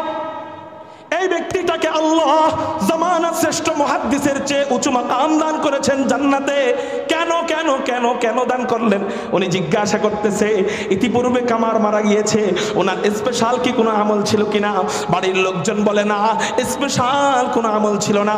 আপনারাও 5 ওয়াক্ত নামাজ পড়তেন, উনিও 5 ওয়াক্ত নামাজ পড়তো, এর বাইরে স্পেশাল কোনো আমল ছিল না। তবে আমরা দেখেছি সবসময় আব্দুল্লাহ ইবনে মুবারকের দরজার দিকে ওনার চোখটা থাকতো। যখনই আব্দুল্লাহ ইবনে মুবারক রাহমাতুল্লাহি আলাইহি নামাজের আগ দিয়ে আজান দিত, আজানের সময় আব্দুল্লাহ ইবনে মুবারক মসজিদে যাওয়ার জন্য বের হয়ে যাইতো, তখন উনি কাজ বন্ধ কইরা আব্দুল্লাহ ইবনে মুবারকের দিকে আফসোসের নিয়তে তাকায় থাকতো। কি আফসোস? উনি আফসোস করতেন সব সময়, আহারে আমার বাড়ির সামনে আমার এই ছোটবেলার খেলার সঙ্গী, আমার এই ছোটবেলার খেলার সঙ্গী আল্লাহ তাকে জামানার শ্রেষ্ঠ ওলি বানিয়ে দিয়েছেন, জামানার শ্রেষ্ঠ মুহাদ্দিস বানিয়ে দিয়েছেন, কিন্তু আমি কিছুই হইতে পারলাম না। আমি একজন সাধারণ কামার রয়ে গেলাম। আল্লাহ তার জান্নাতে কত উঁচু মাকাম দিবে, আর আমার কবরের অবস্থা কি হবে? মনে হয় আমি জান্নাতে যাইতে পারবো না, মনে হয় আমি জাহান্নামে চলে যাইবো। এই একটা আফসোস নিয়ে উনি লোহা পিটানো বন্ধ কইরা আব্দুল্লাহ ইবনে মুবারকের দিকে তাকায় তাকায় আফসোস করতেন যে জামানার শ্রেষ্ঠ বুজুর্গ আমার সামনে, কিন্তু আমি কিছুই হইতে পারলাম না। এছাড়া আর তার আলাদা কোনো বড় আমল ছিল না। ওই ব্যক্তি বলতেছে হ্যাঁ হ্যাঁ হ্যাঁ, আমার আর বুঝতে বাকি নাই। এই আফসোসটুকু আল্লাহ এমন কবুল করছেন, এমন কবুল করছেন, এমন কবুল করছেন, জামানার শ্রেষ্ঠ মুহাদ্দিস, জামানার শ্রেষ্ঠ ওলির চেয়ে উঁচু মাকাম আল্লাহ এই আফসোসের কারণে জান্নাতে দিয়ে দিয়েছে। তাহলে একজন ব্যক্তি আল্লাহ ওয়ালা হওয়ার জন্য গার্মেন্টসে কাজ করলেও যথেষ্ট। গার্মেন্টসে কাজ কইরাও আল্লাহ ওয়ালা হইতে পারে। কেমনে করে হইতে পারে? আল্লাহর প্রতি মোহাব্বত দিলে থাকবে। হর চাহি বাসু লেকিন अंधुके दीवाना बाश, हर चाही बासु लेकिन अंधुके दीवाना बाश, बा मोहम्मद हुशे बासु बा खुदा दीवाना बाश। আল্লাহ ওয়ালা হওয়ার জন্য বড় আলেম হওয়া জরুরি না, বড় আবেদ হওয়া জরুরি না, বড় বৈজ্ঞানিক হওয়া জরুরি না। ইবলিসের ভিতরে তো সবই ছিল। 1 নাম্বার ইবলিস বড় আলেম ছিল, 2 নাম্বার ইবলিস বড় আবেদ ছিল, 3 নাম্বার ইবলিস বড় আকেল ছিল, মানে ইবলিস আলেমও ছিল, ইবাদতকারীও ছিল। এমন ইবাদত করেছে আপনি যেই জায়গায় বসা সেই জায়গায় ইবলিসের সেজদা ছিল। এমন বড় আলেম আজ ছিল ইবলিসে। আল বিদায়া ওয়ান নিহায়া নামক একটা ইতিহাসের কিতাব আছে, ওই কিতাবের মধ্যে পাওয়া যায় আল্লাহ ইবলিসকে, ফেরেশতাদের জাত নয় ইবলিস, ইবলিস হলো জিন, ফেরেশতারা হলো নূরের তৈরি, ইবলিস হলো আগুনের তৈরি। তারপরেও আল্লাহ ইবলিসের ইলমের প্রতি সন্তুষ্ট হয়ে, ইবাদতের প্রতি সন্তুষ্ট হয়ে ফেরেশতাদের সর্দার বানিয়ে দিয়েছিলেন, যাকে বলা হতো মুআল্লিমুল মালাইকা। তাহলে ইবলিস এত বড় আলেম ছিল, ইবলিস এত বড় আবেদ ছিল, ইবলিস এত বড় যুক্তিবাদী বৈজ্ঞানিক আকেল ছিল, কিন্তু 4 নাম্বার ইবলিসের ভিতরে ইশক ছিল না, আশিক ছিল না। ইবলিস আল্লাহর প্রতি মহব্বত কম ছিল, আল্লাহ ওয়ালাদের প্রতি মহব্বত কম ছিল, নবীদের প্রতি মহব্বত কম ছিল। এই জন্য আল্লাহ এই ইশক থাকার কারণে আল্লাহ ইবলিসকে মুআল্লিমুল মালাইকা ওই জায়গার থেকে নামটা কাইটা দিয়া শয়তানদের সর্দার বানিয়ে দিয়েছে। এই জন্য আল্লাহকে পাওয়ার জন্য আপনি কত বড় আলেম হইবেন, ইবলিসের চেয়ে বড় আলেম তো আর হইতে পারবেন না, ইবলিসের চেয়ে বড় ইবাদত তো আর করতে পারবেন না। এই জন্য আল্লাহকে পাওয়ার জন্য বড় আলেম হওয়া শর্ত না, বড় ইবাদত গুজার বান্দা হওয়া জরুরি না, বেশি জেহেন থাকা জরুরি না। আল্লাহকে পাওয়ার জন্য দিলের দরদ বড় জরুরি, ইশকে বড় জরুরি, প্রেম বড় জরুরি। হযরত প্রেম আল্লাহর প্রতি, আল্লাহ ওয়ালাদের প্রতি প্রেম, এটা বুঝাবো কেমনে? বলে এটা বুঝাবেন এমনে, পর্দা ছাড়া কখনো ঘর থেকে বের হবেন না। ও পর্দার অন্তরালের মা ও বোনেরা, আপনার সব সঙ্গীরা পর্দা করবে না, কিন্তু আপনি নিয়ত করেন আর একদিনের জন্য আমি বেপর্দায় বের হব না। আপনার কোন সঙ্গীরা নামাজ পড়ে না, আপনি নিয়ত করেন আমি একদিনের জন্য নামাজ ছাড়বো না। আল্লাহর প্রতি প্রেম আমি প্রতি 5 ওয়াক্তে বুঝাবো, বাস আর কিছুর দরকার নাই। আল্লাহ আপনাকে এই উসিলায় আল্লাহ ওয়ালাদের মাকাম জান্নাতে দিয়ে দিবে। তাহলে গার্মেন্টসে কাজ কইরাও আল্লাহ ওয়ালা হওয়া যায়? হ্যাঁ যায়। আল্লাহ আমাদেরকে বুঝার তৌফিক দান করুক, বলি আমিন। তাহলে আল্লাহ ওয়ালাদের জন্য নবীজি কিভাবে রহমত, নবীজি হাদিসের মধ্যে জানায়া যায়, মান আদালি ওয়ালিয়ান ফাকাদ আযানতুহু বিল হারব। আল্লাহ ওয়ালাদের সাথে যারা দুশমনী করবে তাদের সাথে যুদ্ধের ঘোষণা আল্লাহ দিয়ে দিয়েছে। এই কথা বইলা আল্লাহ ওয়ালাদের জন্য নবীজি রহমত হয়ে গেলেন না গজব হয়ে গেলেন? তাহলে পাইলাম 3 নাম্বার। মানুষদের মধ্যে 4 নাম্বার শ্রেণী হলো মুমিন মান্দা। মুমিনদের জন্য আমার নবীজি কিভাবে রহমত, আল্লাহ ওয়ালাদের পরের স্তরে, মুত্তাকি বান্দাদের পরের স্তরে রয়েছে মুমিন মান্দা। মুমিনদের জন্য আমার নবী কিভাবে রহমত, নবীজি ইবনে মাজাহ শরীফের মধ্যে জানায় দেয়। হযরত আব্দুল্লাহ ইবনে ওমর রাদিয়াল্লাহু তাআলা আনহু বলেন, তিনি বলেন, রাআইতু রাসূলুল্লাহ সাল্লাল্লাহু আলাইহি ওয়াসাল্লাম ইয়াতুফু বিল কাবা। হযরত আব্দুল্লাহ ইবনে ওমর বলেন, আমি দেখতে পাইলাম হুজুর সাল্লাল্লাহু আলাইহি ওয়াসাল্লাম কাবা শরীফ তওয়াফ করতেছিলেন। কাবা তওয়াফ করার সময় তিনি কাবাকে লক্ষ্য করে বলতে লাগলেন, মা আতিয়াবাকি, হে কাবা তুমি কতই না মহান, কতই না উত্তম। ও মা আতিয়াবারি হাকি, হে কাবা তোমার ঘ্রাণ কতই না আকর্ষণীয়। ও মা আযমাকি, হে কাবা তুমি কতই না মহান। ও মা আযমা হুরমাতাকি, হে কাবা তোমার সম্মান আল্লাহর কাছে কতই না উঁচু। কিন্তু কাবা তুমি কি জানো তোমার চেয়েও আল্লাহর কাছে দামি কে, তোমার চেয়েও আল্লাহর কাছে প্রিয় কে? নবীজি নিজেই প্রশ্ন করেন, নিজেই জবাব দেয়, ওয়াল্লাযী নাফসু মুহাম্মাদিন বিয়াদি, হে কাবা যেই সত্তার হাতে আমি মুহাম্মদের জীবন, সেই সত্তার শপথ করে বলতেছি রে কাবা, লা হুরমাতুল মুমিনি আযমু ইনদাল্লাহি হুরমাতাম মিন কিমালিহি ওয়া দামিহি। একজন মুমিনের জান, একজন মুমিনের মাল, একজন মুমিনের সম্মান ও কাবা তোমার চেয়েও আল্লাহর কাছে কোটি কোটি গুণ বেশি। একজন মুমিনের জান, মুমিনের মাল, মুমিনের সম্মান কাবার চেয়েও বেশি। সুবহানাল্লাহ বলে। এক একটা হাদিসের লম্বা লম্বা ব্যাখ্যা, এত ব্যাখ্যা বলার তো টাইম নেই, শুধু এতটুকু বলি। যখন গুলিস্তায় পড়েছিলাম, হযরত শেখ সাদি রহমাতুল্লাহি আলাইহি বলেন, এই বান্দারা শোনো, তোমরা কোন মুমিনকে কষ্ট দিতে মনে চাইলে মুমিনকে কষ্ট দিও না, কাবা ভাঙো তারপরেও মুমিনকে কষ্ট দিও না। এই কথাটা শোনার পরে আমি বুঝি নাই এই কথা কেন কইল। অন্য উদাহরণ দিতে পারলো, কাবার কথা কেন বললো? অন্য উদাহরণ দিতে পারতো না, কিন্তু এই কথা কেন বললো যে মুমিনকে কষ্ট না দিয়ে কাবা ভাঙো তারপরেও মুমিনকে কষ্ট দিস না? আমি এটা বুঝছি এই হাদিস পড়ার পর। নবীজি জানায় দিছে কাবার চেয়ে মুমিন দামি। তাহলে হযরত শেখ সাদি কেন বললেন এই কথা?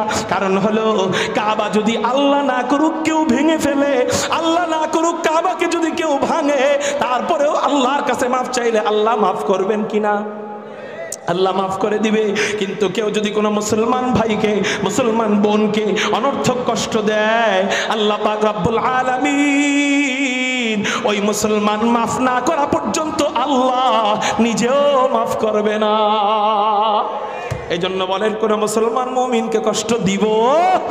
আল্লাহ বুঝার তৌফিক দান করুক। তাহলে মুমিন কাবার চেয়েও বেশি দামি, এই কথা নবীজি জানায় দিয়া মুমিনের জন্য হয়ে গেলেন গজব স্বরূপ। জোরে বলেন কি স্বরূপ? রহমত স্বরূপ। জোরে কোন আলহামদুলিল্লাহ। 5 নাম্বার উলামায়ে কেরাম, 5 নাম্বার শ্রেণী কারা? জোরে বলেন। আলেমদের জন্য আমার নবীজি কিভাবে রহমত, নবীজি আলেমদের ব্যাপারে হাদিস বর্ণনা করেন। তিরমিজি শরীফের মধ্যে নবীজি জানায় দেয়, ইউশাফাউ ইয়াউমাল কিয়ামাতি সালাসাতুন। নবীজি বলেন আল্লাহ হাসরের ময়দানে 3 প্রকার ব্যক্তিকে সুপারিশের অনুমতি দিবেন। চিৎকার দিয়া বলেন, কয় প্রকার ব্যক্তিকে? 3 প্রকার ব্যক্তিকে সুপারিশের অনুমতি দিবেন। ওই 3 প্রকার ব্যক্তি কারা? 1 নম্বর আল আম্বিয়া, 1 নম্বর হলো নবীদেরকে আল্লাহ সুপারিশের অনুমতি দিবেন। 2 নম্বর সুম্মাল উলামা, 2 নম্বর হলো আলেমদেরকে আল্লাহ সুপারিশের অনুমতি দিবেন। একটু চিৎকার দিয়া বলা যায় না আলহামদুলিল্লাহ? আলহামদুলিল্লাহ কদ্দারা খাইরাও ওয়া খাবালা, আলহামদুলিল্লাহ কদ্দারা খাইরাও ওয়া খাবালা, ওয়াশকুরু লিমান সাওয়ারা হুসনাও ওয়া জামালা, ওয়াশকুরু লিমান সাওয়ারা হুসনাও ওয়া জামালা, ফারদুন সামাদুন আন সিফাতিল খালকি বারিউন, ফারদুন সামাদুন আন সিফাতিল খালকি বারিউন।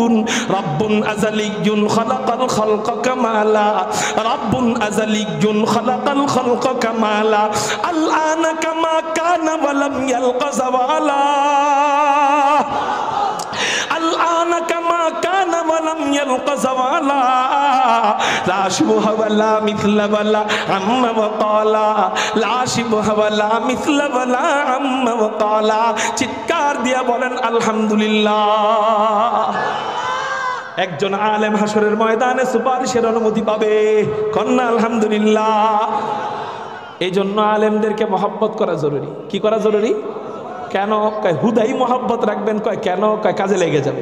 কেন কাজে লাগবে শোনেন, আপনাদেরকে বুঝাই দিই। আগে হাদিসটা শেষ করি। 3 নম্বর সুপারিশ করবে সুম্মা শুহাদা, শহীদগণ সুপারিশ করবে। তাহলে এই হাদিসে কয়জনের ব্যাপারে পাওয়া গেল? 1 নম্বর নবীগণ। নবীগণ কয়জনের ব্যাপারে সুপারিশ করবে? নবীজি বলেন একজন নবী তার উম্মতের ব্যাপারে সুপারিশ করবে। 2 নম্বর আলেমগণ কয়জনের ব্যাপারে সুপারিশ করবে এটা একটু পরে বলতেছি। 3 নম্বর শহীদগণ কয়জনের ব্যাপারে সুপারিশ করবে? নবীজি এক হাদিসের মধ্যে জানায় দেয় একজন শহীদকে আল্লাহ 70 জনকে সুপারিশ করার অনুমতি দিয়ে দিবে। বাকি রইল কে? আলেম কয়জনকে সুপারিশ করবে এটা একটু মনোযোগ দিয়ে বোঝেন। খালি তো আলেমের বিরোধিতা করেন, দলকে সাপোর্ট করতে যায়, দলকে জিতাইতে যায় আলেমদের মাথায় বাড়ি দেন। খুব মনোযোগ দিয়ে শুনালান আলেম কয়জনের ব্যাপারে সুপারিশ করবে। নবীজি হাদিসের মধ্যে বলেন একজন নেককার আলেমকে আল্লাহ যখন জান্নাত দিয়ে দিবেন, ওই আলেম জান্নাতের দিকে আগায় যেতে থাকবে। কিছু মানুষ আসবে, আয়েশা বলবে হযরত আপনাকে আমি অনেক মোহাব্বত করতাম। ওই আলেম বলবে তুমি আমারে মোহাব্বত করতা, এর প্রমাণ কি?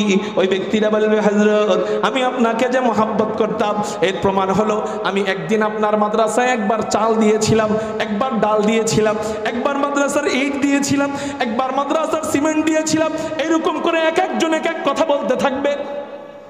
নবীজি যেটা হাদিসের মধ্যে বলছেন, একজন ব্যক্তি এসে বলবে হযরত আমি আপনাকে একদিন অজুর পানি দিয়ে সাহায্য করেছিলাম। অজুর পানি কি অনেক দামি? অজুর পানি আইনা হুজুরকে দিয়েছে, হুজুর উজু করেন, এই এতটুকু সাহায্য করেছিলাম। নবীজি বলেন ওই আলেম তখন, ওই নেককার আলেম তখন বলবে হ্যাঁ আমি তোমাদেরকে চিনতে পেরেছি, তোমরা আমাকে অনেক মহব্বত করতা, তাহলে চলো আমি আল্লাহর কাছে তোমাদের ব্যাপারে একটু সুপারিশ করে দেখি না কোনো কাজ হয় কিনা। আলেম বিশাল বড় জামাতকে নিয়ে আল্লাহর কাছে যায় বলবে আল্লাহ তোমার রাসূলের হাদিস সত্য, তোমার রাসূলের হাদিস হলো আলমার ও মামান আহাব্বা, যার সাথে যার মহাব্বত তার সাথে তার কিয়ামতের ফয়সালা। আল্লাহ তুমি আমারে জান্নাতি বানায় দিলা, আর এরা আমারে মহব্বত করতো, এদেরকে তুমি জাহান্নামী বানায় দিবা, এতে আমি খুশি না। আল্লাহ এদের ব্যাপারে আমি সুপারিশ করতেছি, এদেরকে না নিয়ে আমি জান্নাতে যাব না।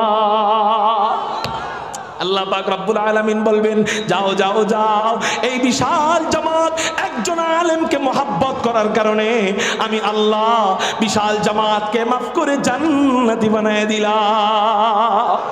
এই জন্যই তো নবীজি বলেন তুমি যদি জান্নাতি হইতে চাও তাহলে 1 নাম্বার কাজ করো, কুন আলিমান, তুমি আলেম হও। কে বলছেন? নবীজি। কে বলছেন? তুমি আলেম হও। কেন? আলেম হলে জান্নাত পাইবা। এখন বলতে পারেন হুজুর আমরা তো আলেম হইতে পারি নাই, নবীজি কি আমাদের সাথে বৈষম্য করবেন?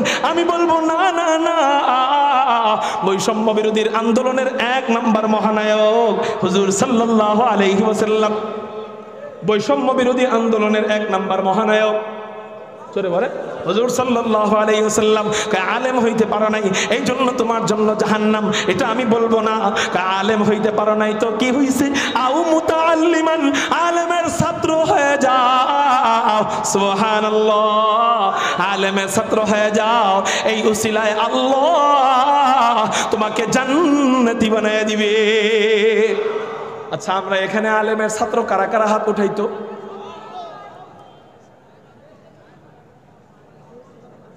হাত নামান।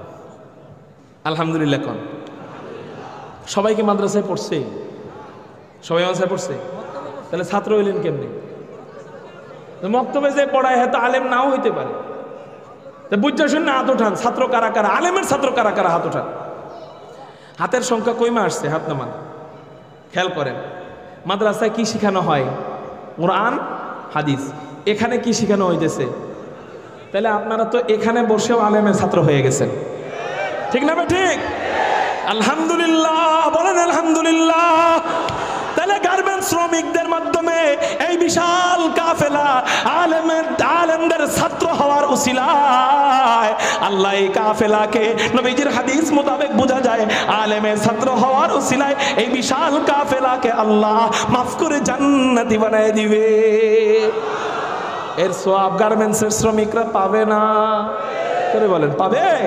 মুহতারাম হাজিরিন, এখন বলতে পারেন হযরত আমি তো আলেমের ছাত্র হইতে পারি নাই, নবীজিকে আমার সাথে বৈষম্য করবেন? আমরা বলবো না না না, নবীজি বৈষম্য করবেন না। আলেমের ছাত্র হইতে পারো নাই তো কি হইছে?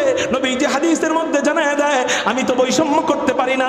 এমন তো কিছু লোক আছে সবাই যদি আলেম হয়ে যায় তাহলে আলেমরে খাওয়াইব কারা? ঠিক না? সবাই যদি আলেমের ছাত্র হয়ে যায় তাহলে আলেমের ছাত্রদেরকে খাওয়াইব কারা? চাল দিব কারা? ডাল দিব কারা? এই জন্য আল্লাহ পাক রব্বুল আলামিনের হাবিব জানায় দেয় তুমি আলেমের ছাত্র হইতে পারো নাই, তাহলে শোনো, আও মুস্তাঈনান, ফাঁকে ফাঁকে আলেমকে সাহায্য করো। এই সাহায্যের উসিলায় আল্লাহ তোমাকে মাফ করে জান্নাতি বানায় দিবে। এখন গরিবরা আসবে, হুজুর আমরা ছাত্র হইতে পারি নাই, আলেমকে সাহায্য করতে পারি নাই, তাহলে আমরা কি করব? নবীজি বলে তুমি গরিব, তুমি টাকা পয়সা দিতে পারো নাই, সাহায্য করতে পারো নাই, তাহলে শুনে নাও আমি তোমার জন্য রহমত, তোমার জন্য আমি বৈষম্য করতেছি না, আমি তোমার ব্যাপারেও রহমতের বর্ণনা করতেছি। আও মুহিব্বান, একজন আলেমকে মন ভইরা মহব্বত করবা, আলেমদের বিরোধিতা করবা না, আলেমদেরকে মহব্বত করবা, এই উসিলায় আল্লাহ তোমাকে মাফ কইরা জান্নাতি বানায় দিবে। তাহলে বলেন জীবন চলে যাবে আলেমদের বিরোধিতা করব? হ্যাঁ, কোনো আলেমের নজরিয়া, কোনো আলেমের চিন্তাধারা আমার ভালো নাও লাগতে পারে, ভালো না লাগলে চুপ থাকবো, কিন্তু ডাক্তারের ভুল ডাক্তার ধরবে, ইঞ্জিনিয়ারের ভুল ইঞ্জিনিয়ার ধরবে, আমি আলেমের ভুল ধইরা আমার ঈমান আমল নষ্ট করব। আল্লাহ বুঝার তৌফিক দান করুক। তাহলে একজন আলেমের উসিলায় লাখ লাখ উম্মত জান্নাতে যাবে, সুবহানাল্লাহ। তাহলে বোঝা গেল আলেমদের জন্য আমার নবী রহমত। একটু চিৎকার দিয়ে বলেন সুবহানাল্লাহ। আপনাদের মনে হয় অনেক কষ্ট হইতেছে, এই জন্য আমি আর দুই একটা হাদিস বলে আমার বয়ানের ইতি টানবো। 6 নম্বর হাদিস, 6 নম্বর শ্রেণী, মানুষদের জন্য নবীজি কিভাবে রহমত। আলোচনার হেডলাইন কি? মানুষদের জন্য নবীজি কিভাবে রহমত। এর মধ্যে কয়টা শ্রেণী গেল? 5 নম্বর। 6 নম্বর, হাফেজদের জন্য নবীজি কিভাবে রহমত। নবীজি হাফেজদের ব্যাপারে বলেন মান ক্বরাআল কুরআন ফাস্তাযহারাহু। এখন শুধু হাদিসের মতন বলবো আর তরজমা বলবো, ব্যাখ্যা বলবো না, খুব মনোযোগ দিয়ে শুনবেন। নবীজি ইবনে মাজাহ শরীফের মধ্যে বলেন মান ক্বরাআল কুরআন ফাস্তাযহারাহু ফাআহাল্লা হালালাহু ওয়া হাররামা হারামাহু আদখালাহুল্লাহুল জান্নাহ ওয়া শাফাহু ফি আশরাতিন মিন আহলি বাইতিহি ক্বাদ ওয়াজাবাত লাহুমুন নার। নবীজি বলেন কোন ব্যক্তি যদি হাফেজ হয়, হালাল হারাম মাইনা চলে, আল্লাহ ওই হাফেজকে জান্নাতে প্রবেশ করাবেন। শুধু তাই নয়, ওই হাফেজ 10 জনকে নিয়ে জান্নাতে যাবে।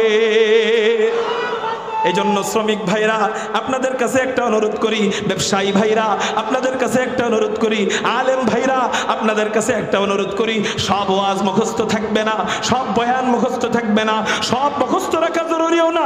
একটা আমল মুখস্থ রাখেন, একটা মাত্র আমল যদি আপনি করতে পারেন, এই আমলের বরকতে আল্লাহ আপনাকে যদি জাহান্নামী বানায়াও দেয়, এই আমলের উসিলায় আপনি জাহান্নামী হয়েও জান্নাতে চলে যাবে। সে আমলটা হলো নিজের ঘর থেকে একজন সুপারিশকারী রাইখা যাওয়া।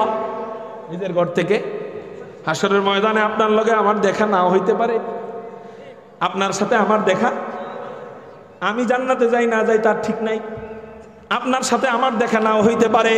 এই জন্য বলি কি, মানুষের আশায় বৈশা না থাইকা নিজের ঘর থেকে সন্তানদেরকে হাফেজ বানাইলে, আলেম বানাইলে কি হবে? মনে করেন আল্লাহ আপনাকে জাহান্নামে দিয়ে দিচ্ছে, জাহান্নামে এনে সবাই জান্নাতি নিশ্চিত আমরা বলতে পারবো?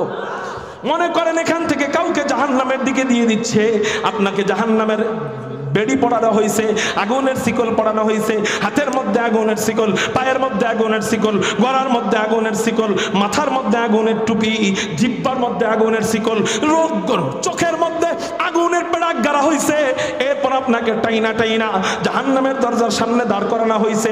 আপনাকে জাহান্নামের ফেরেশতা লাথি দেওয়ার জন্য পাটা পিছনের দিকে নিছে। যে আপনাকে লাথি দিবে এমন মুহূর্তে আপনি নিশ্চিত ধইরা নিছেন আপনি জাহান্নামে পড়েই যাবেন। এমন মুহূর্তে কানের মধ্যে আওয়াজ ভেসে উঠছে, আব্বু তুমি কোনো টেনশন করিও না, আমি তোমার ওই দুনিয়ার হাফেজ সন্তানটা, বেশি কামাই কইরা দুনিয়াতে তোমারে খাওয়াইতে পারি নাই। তোমার অনেক আফসোস ছিল যে মানুষ ইঞ্জিনিয়ার হয়ে বাপ মারে খাওয়ায়, ডাক্তার হয়ে বাপ মারে খাওয়ায়, ব্যারিস্টার হয়ে বাপ মারে খাওয়ায়, কিন্তু আমাকে নিয়ে আফসোস তখন থাকলেও এখন আমি তোমার কাছে লেগে গেছি। চলো আব্বু কোনো টেনশন করিও না, তোমারে আল্লাহ ওই দিক দিয়ে পাঠাইছে জাহান্নামে, এই দিক দিয়ে আমাকে পাঠাইছে তোমাকে জাহান্নাম থেকে বাঁচায়া জান্নাতে নেওয়ার জন্য। বলেন তখন ওই জাহান্নামের আসামির কেমন মজা লাগবে? এই মজা ডাক্তারের বাপরা পাবে, ইঞ্জিনিয়ারের বাপরা পাবে, ব্যারিস্টারের বাপরা পাবে। এই জন্য ভাই রাগ করবেন না, কষ্ট নিয়েন না। ডাক্তার বানাইতে না করি না, ইঞ্জিনিয়ার বানাইতে না করি না, কিন্তু অনেকেই যেহেতু ইঞ্জিনিয়ার বানায়, অনেকেই যেহেতু ডাক্তার বানায়, অনেকেই যেহেতু ব্যারিস্টার বানায়, আপনি নিয়ত করেন আপনি আপনার সন্তানটারে মাদ্রাসায় পড়াবেন, আপনি আলেম বানাবেন। কেন?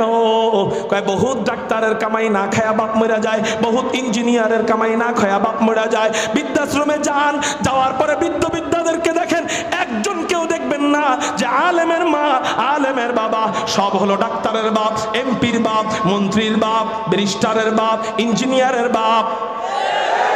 এদের বাবা মাদেরকে এরা যদিও বৃদ্ধাশ্রমে অনেকে রাখে না, কিন্তু বাড়িতে এমন আচরণ করে এর চেয়ে মা বাবাদের বৃদ্ধাশ্রম অনেক ভালো। কেন? তাদের ভিতরে দ্বীনি বুঝ নাই, এই জন্য তারা মা বাবাকে বুঝা মনে করে, খারাপ আচরণ করে। আমি আপনাদেরকে বলবো ভাই, আপনাদের পা দুইটা গায়ে দেন, পা দুইটা জড়ায় ধরে বলি, একটা নিয়ত আজকে করেই ফেলেন। সেই নিয়তটা কি? আল্লাহ কত মানুষকে সন্তান দেয় না, আছে না? সন্তান না হওয়ার কারণে আরেক বিয়ে করে, সন্তান না হওয়ার কারণে তালাক দিয়ে দেয়, সন্তান না হওয়ার কারণে ঘরটা জাহান্নামের টুকরা হয়ে যায়। আল্লাহ আপনাকে দয়া করে সন্তান দিয়েছে, আপনিও আল্লাহর উপর খুশি হয়ে এই সন্তানদেরকে আল্লাহর উপর ভরসা করে মাদ্রাসায় দিয়ে দেন। রিজিকের টেনশন আপনার করতে হবে না, আলেমদের রিজিকের ব্যবস্থা আল্লাহ করে দেয়। এই জন্য ইনশাআল্লাহ আর রিজিক যদি বেশি পায়ও দুনিয়ায় কয়দিন থাকবো? চোখ বন্ধ করলে শেষ, ঠিক না? সারা আদি অনন্তকালের জন্য দরকার হবে আখেরাত। এই জন্য একটা ওয়াদা করেন, হযরত আল্লাহ আমাকে যে কয়জন সন্তান দেয় আল্লাহর উপর ভরসা কইরা, আল্লাহর উপর ভরসা কইরা ইনশাআল্লাহ আমাদের ছেলে আমাদের মেয়েদেরকে আমরা মাদ্রাসায় ভর্তি করাবো। কারা কারা ওয়াদা দিবেন? আল্লাহু আকবার বলে হাত, পাক্কা ওয়াদা ইনশাআল্লাহ। হাত নামান, হাত নামান। ইঞ্জিনিয়ার হইলে রাগ করেন না, ইঞ্জিনিয়ার ডাক্তার হইলে রিজিক বেড়ে যাবে, আলেম হইলে রিজিক কমে যাবে, হাফেজ হইলে রিজিক কমে যাবে। এই হাদিসে কুদসির মধ্যে আল্লাহ পাক জানায় দিছে, এই যে উলামায়ে কেরাম বসা জিজ্ঞাসা করেন, হাদিসে কুদসির মধ্যে আল্লাহ নবীজির মাধ্যমে জানায় দেয়, আমার বান্দা আমার উপর যেমন ধারণা করে আমার বান্দাকে আমি ওইভাবে চালাই। আপনি ধারণা করেন আমার পোলায় যদি আলেম বানাই তাহলে কামাই করবো মনে হয় 8-9 হাজার টাকা, এর বেশি মনে হয় কামাই করতে পারবো না। আল্লাহ কয়, হ তোর পোলায় আলেম হলে 8-9 হাজার টাকাই কামাই করবো, কারণ তুই আমার উপরে ধারণা করছো 8-9 হাজার, এর লাগে তোর পুরো আলেম বানানোর পর 8-9 হাজার টাকাই কামাই করবো।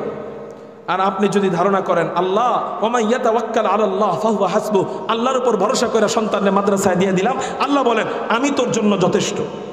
আমার বাপ আমারে মাদ্রাসায় দিস, আমার ফেসবুকে যাদের সাথে অ্যাড আছে এরা জানে আমার আলাদা কোনো জায়গা জমি নাই, আমার আব্বার কোনো পিতৃ সম্পত্তি আমি পাই নাই, কিন্তু তারপরেও আমার আব্বার কিডনি সমস্যা হওয়ার পর আমি একা 60 লক্ষ টাকা দিয়ে আব্বার চিকিৎসা করছি।